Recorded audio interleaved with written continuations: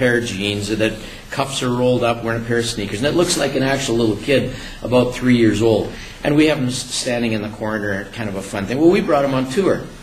And we usually had him standing on the floor right in the front, leaning up against one of our monitors with his back to the crowd. And we'd have all kinds of fun things, and seniors would come up. And I remember this one old guy came up and he says, that kid's going to go deaf if he keeps standing by that speaker. Stuff like that was great fun. But this one particular seniors home, we did our concert. We're packing up afterwards and people are coming up and talking to us. And out of the corner of my eye, I see this lady, this old lady. She was probably, I don't know, somewhere in her mid-80s, I would expect. She looked around to see if any of us were looking, and it was just out of the corner of my eye.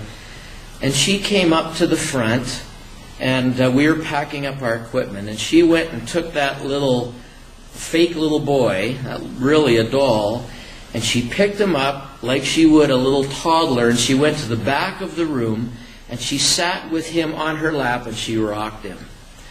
And this was an old lady that in the midst of a large group of people was lonely.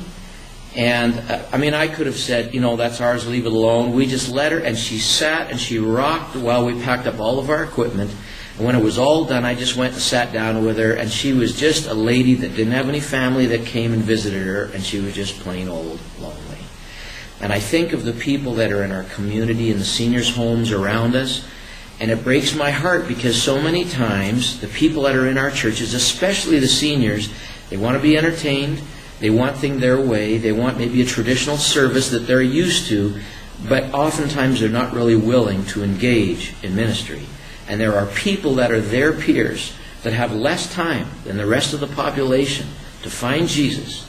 And I'm reminded in that just a very simple passage in Psalm 68, verse 6, where it just says simply, God makes a home for the lonely. That home is the body of Christ. It's us. And we have people in our church that are capable of sharing and ministering to them.